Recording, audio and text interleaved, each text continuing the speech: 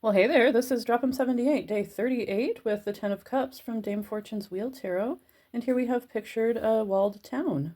This is one of those cards that has a Balinese traditional meaning, which is roof tiles, and that may be related to Atea's meaning of a town, village, residence, or dwelling. It's traditionally considered to represent the town where the querent is from or resides in, and it can also mean townsfolk or the regard that the townsfolk have for the querent. And the nature of that regard is determined by the surrounding cards. And that's significant because the traditional tarot readers that Atea learned from would draw one card at a time from the deck and read each one individually. And as far as we know, that and drawing one card alone or drawing lots were the traditional methods of card reading prior to Atea. So as far as we know, in the late 1700s, Atea either popularized or maybe even developed the idea of spreads and reading cards in relation to the cards around them, which is definitely how I love to read, how a lot of TDM readers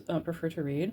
But it's also a reminder not to discount folks who prefer to read cards individually. That's just as valid. And likely even predates the idea of spreads. Reversed, Atea thought the Ten of Cups meant anger or irritation, even violence or fury and ravagement. Hewson kind of pulls those two meanings together by saying reversed, it can be the townsfolk, your community, or family members turning against you. The Pythagorean tens tend to mean too much of a good thing, which is something that a lot of us are probably about to experience as we approach the holidays. We like to get together with friends and family, but very often, you reach your limit at a certain point.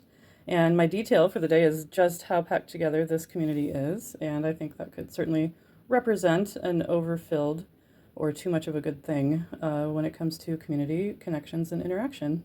Visually, this card can also represent a leader, which is pretty clear by the one large cup overseeing the rest of the cups.